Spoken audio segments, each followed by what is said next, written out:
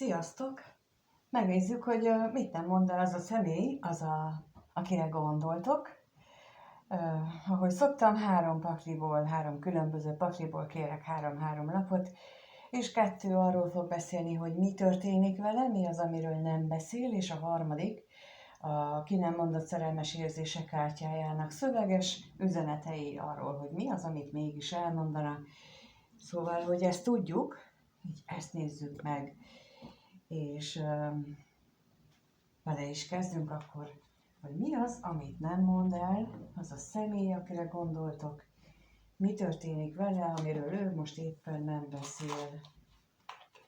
Mit nem mond el ez a személy, akire gondoltok? 3 kérnék szépen, akire a néző gondol, mit nem mond el.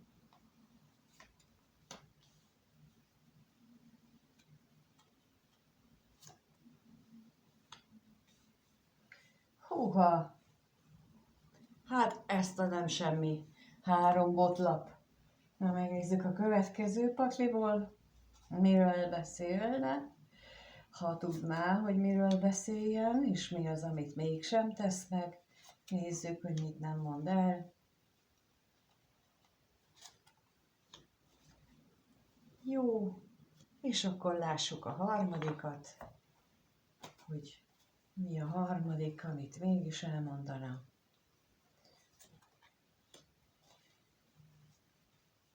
Ha tehetné, és csak nem tudja, vagy nem tudja, hogy mit kellene mondani. Na, így meg is van. Tehát akkor nézzük meg, hogy az elsőbe kijött a botokásza, a botok királya és a botok 8-asa. A másodikból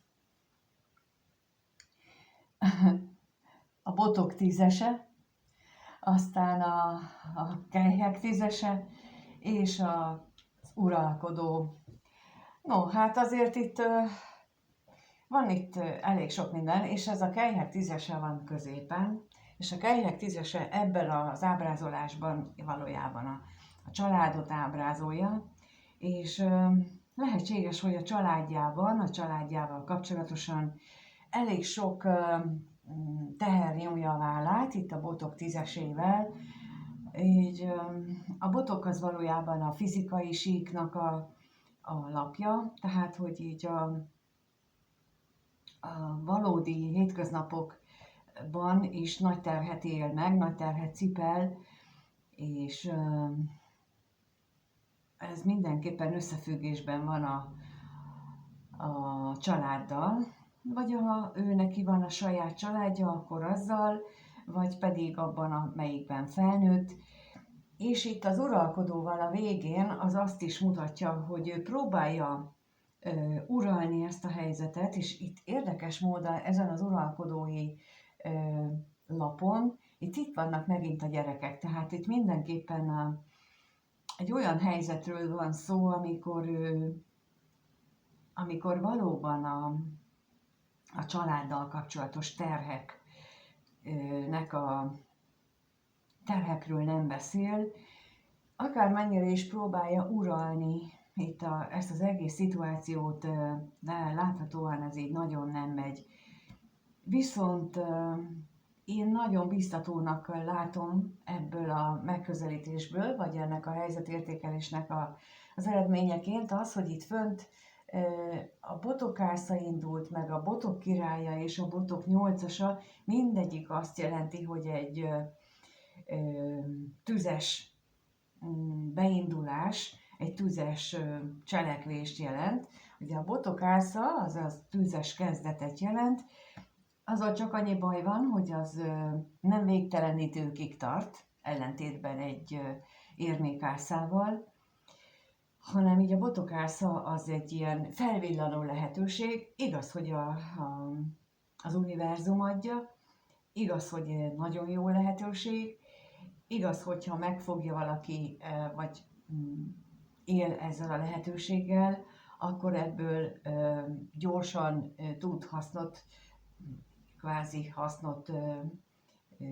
kiszedni magának, de ha nem, akkor az el is tűnik. És ez a lehetőség, az lehet, hogy csak egy ajánlat, egy mondat erejéig elhangzó ajánlat.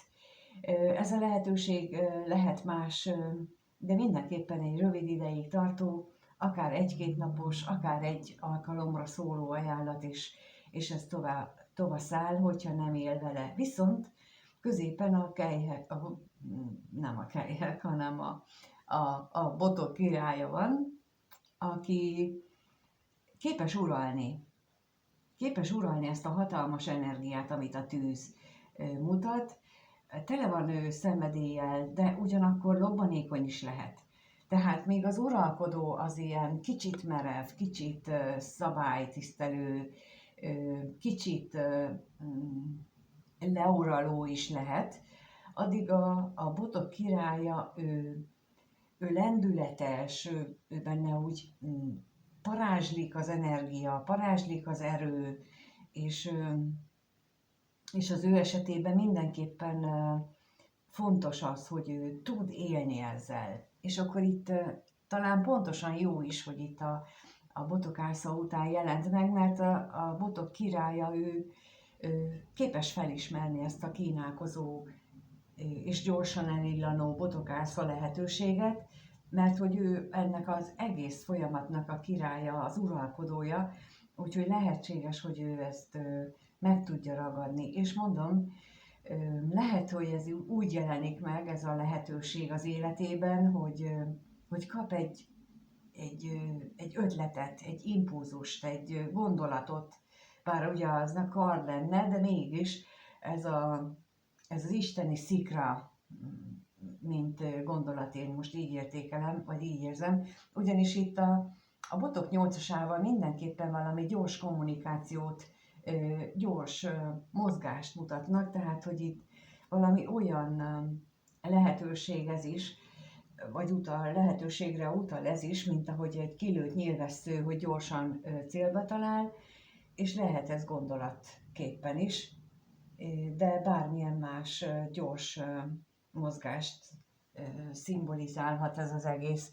Úgyhogy valójában ő most egy olyan szituációban van, ami a családjával kapcsolatos, ahol nagyon sok terhet cipel, amit eddig próbált uralni, és ehhez a nehéz terhekhez most kap egy olyan új impulzust, ami felpörgeti, felgyorsíthatja az ő életét, és akkor, amikor ez megtörténik, akkor nagyon gyorsan beindulnak a dolgok, akár beszélgetésben, akár kommunikációban, akár így vagy úgy, de az élete onnantól kezdve már nem ez a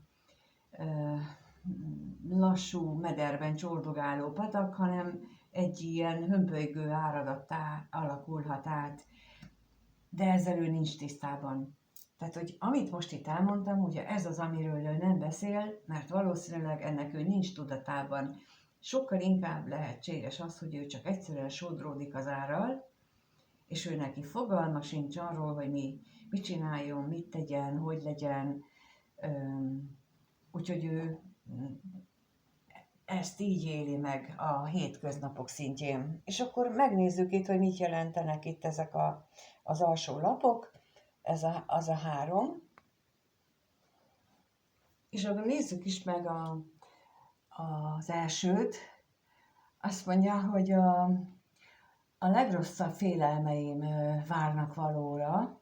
Ezt mondja ez a lap. Hát tulajdonképpen az is lehetséges, hogyha nézzük az előzőeket, hogy terhet cipel a családjával, és eddig próbálta uralni, és lehet, hogy ez a botokásza első pillanatra arról szól neki, vagy azt mondja neki, vagy azt érzi belőle, hogy ez valóra váltja a legrosszabb félelmeit, és tegnap volt az elengedés élő bejelentkezés, és ott is erről beszélek, hogy nagyon sokszor, vagyis ott is szóba került ez, hogy nagyon sokszor azt tapasztaljuk, hogy amikor alakulnak a dolgaink, akkor azok nem biztos, hogy úgy alakulnak, ahogy várjuk, hanem bizony olyan események jöhetnek, így az elengedések után is, amiről azt gondolnánk, hogy ez a legrosszabb félelmünk válik valóra.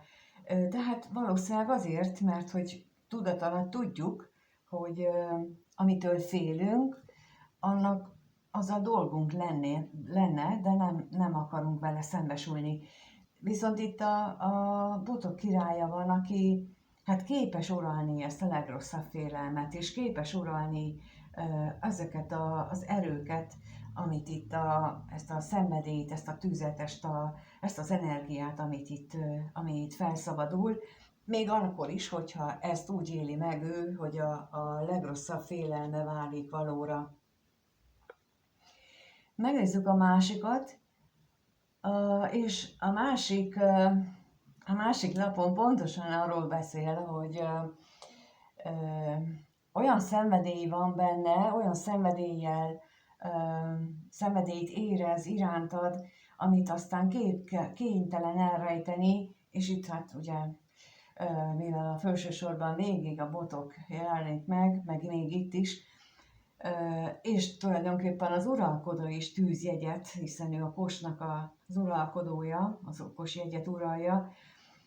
Tehát a 6 lapból 5 az a tűz és a szenvedélynek alapja. Valóban hatalmas szenvedély van benne, amit nagyon nehezen ural, amivel nagyon nehezen tud boldogulni, nem is nagyon tudja kezelni, és ezért azt csinálja, amit mindannyian szoktunk, hogy szőnyeg alá söpri, elrejti, megpróbálja letagadni, háttérbe szorítani, és megpróbál nem tudomást venni róla. Hát de ugye mind tudjuk, hogy a szőnyeg alá söpört dolgok azok előbb-utóbb kiderülnek, mert mindig jön egy nagy takarítás, amikor fölvesszük a szőnyeget, vagy jön egy gyerek és akkor fölhajtja a szőnyeget, mert ugye nekik meg általában az a mániájuk, hogy megtalálják azt, amit éppen el akarunk rejteni, és pont oda nyúlnak, ahol ezek a elrejtésre váró dolgok bennünk vannak, tehát hogy így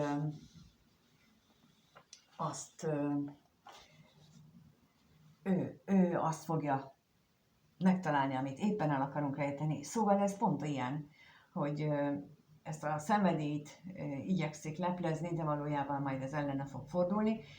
De ezzel te se éljél vissza, hanem várj türelmesen, hogyha ő most ezt érzi szükségesnek, hogy elnyomja magában ezt az őrült nagy szenvedélyt, akkor legyen, mert itt láthatóan nagyon sok terhet cipel a múltjából, a családjából, vagy a jelenéből is.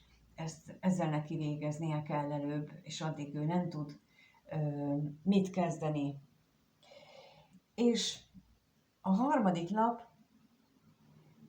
ha hiszitek, hanem arról szól, hogy ő neki meg kell tisztítania magát a karmikus terhektől, vagyis, hogy nem véletlenül akarja itt ő most ezt az őrült nagy szenvedélyt, tüzet háttérbe szorítani, azért, mert valahol ő a tudata mélyén érzi azt, hogy neki éppen a karmikus adósságát kell letudnia, azokat kell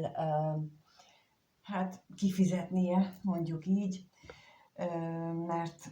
mert hogy valahol azzal tartozik. Ahogy itt mondtam, hogy lehet, hogy amikor elengedünk valamit, vagy lehet, hogy amikor érkezik egy lehetőség, akkor azt teherként, rémálomként éljük meg, de az fogja elhozni majd hosszabb távon nekünk a felszabadulást, és itt a botok 8-asával, mint ahogy mondtam, hogyha egyszer az elindul, tehát hogyha megjelenik a hirtelen lehetőség a botok ászával, akkor ha egyszer az elindul, akkor onnantól kezdve szélvés gyorsasággal, a kinőtt nyilvessző gyorsaságával tud majd ez az egész odébb menni, ez az egész megoldódni, de mint itt az utolsó lapon, ahogy mondtam, hogy itt érzi ő azt, hogy ő neki karmikus terhet, karmikus adósságot kell megadni, vagyis, hogy mindegy, hogy ő most mit él át, még ha rémálmai válnak valóra, és őrült nagy szenvedély van benne, akkor is ő neki ez az elsődleges, hogy megadja, vagy kifizesse a karmikus adósságát, megadja, vagy rendezze a karmikus terheit, és például egy hármas kapcsolatban ott biztosan ilyenről van szó, ott a hármas kapcsolat biztosan azért jön létre, mert ott szerintem mindkét félnek, legalábbis úgy tapasztalom, hogy mindkét irányba oda-vissza karmikus terhek vannak, és le kell rendezni.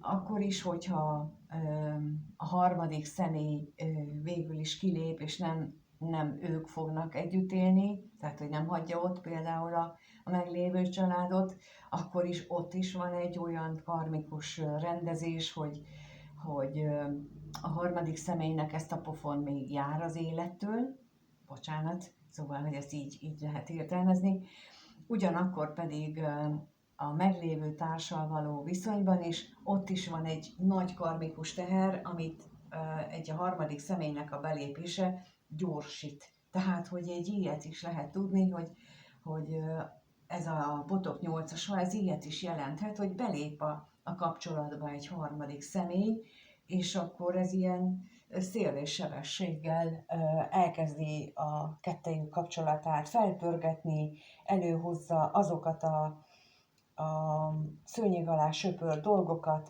ami a kapcsolatban volt, ami a kapcsolatnak a terhét jelenti.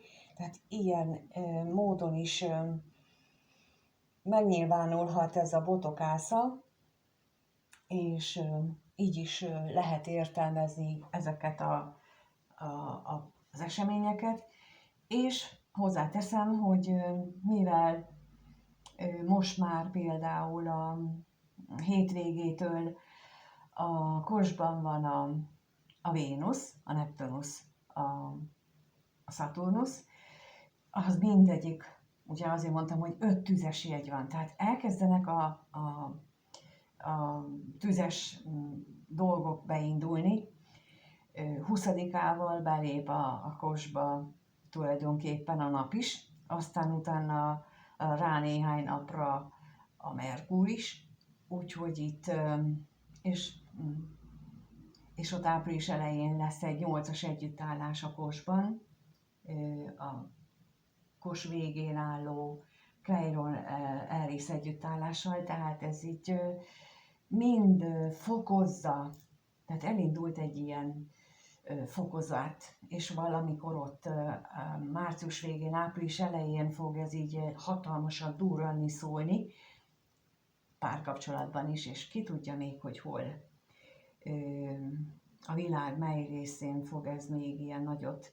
Talán mi nem vagyunk Kos nemzet, meg mérleg sem, talán nálunk nem fog ekkorát szólni, bár elég tüzes nemzet vagyunk ugye az íjjal, annyira sokhoz tartozunk, úgyhogy lehetséges, hogy elkerül bennünket ez a nagy durranás. Mindenképpen személyes szintünkön ugyanígy megnyilvánul, és amit tehetünk ellene, hogy ez ne szóljon akkorát, ez a belső befelé fordulással tudunk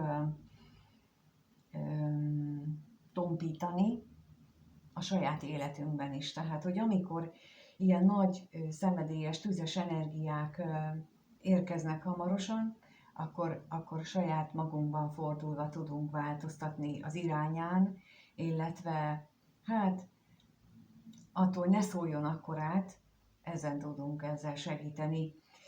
Ehhez kérhetünk útmutatást az égiektől, az angyalok segítségét kérve és a Teremtőhöz imádkozva, hogy ők segítsenek nekünk úgy, ahogyan szerintük ez a legjobb, és akkor is elfogadom, hogyha ez éppen a legnagyobb rémálmomként valósul meg, de minden esetre ők pont azt fogják adni, ami számunkra a legjobb lesz, mint ahogy itt neki is.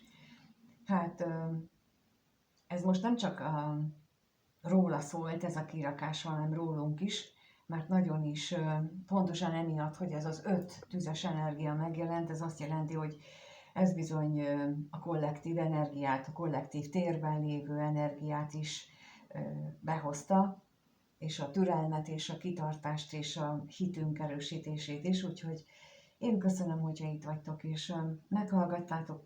Köszönöm az élő rendezvényen, az elengedés rendezvényen való részvételt is. Mindenki, aki ott van, és aki feladja, nekik azt szeretném mondani, hogy egyetlen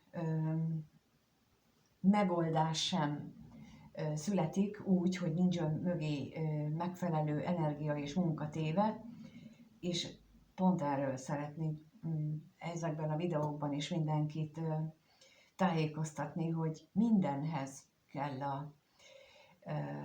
a kitartás, mindenhez kell a munka, a beletett energia, mert anélkül nem fogunk kapni. Ha bárki más mond, az vagy a sötét erőknek az ígérete, vagy pedig hazudik. Tehát akár nincs több más, az égi erők azok nem ígértek sose, hiszen ott van bent ugye a kiüzetésben, amikor a paradicsomból kiüzették Ádámot és Évát, akkor is azt mondták, hogy szenvedéssel hozd létre, vagy hol szüld meg a gyermekedet, és Ádámnak is azt, hogy szenvedéssel tudja megkeresni a betevőjét a földből és az állatokból, tehát hogy így a teremtő nem azt ígérte, hogy Hawaii és Gigi jön, hanem pontosan azt mondta, hogy csak szenvedés árán juthatunk vissza a mennyországba, és ezt kívánom, hogy ezt mindenki tartsa szem előtt, mert ez lesz a lényeg, hogy a belső megélésünket így tudjuk megélni. Köszönöm, hogy itt vagytok, és mindenkinek minden jót kívánok, addig, ameddig nem találkozunk. Sziasztok!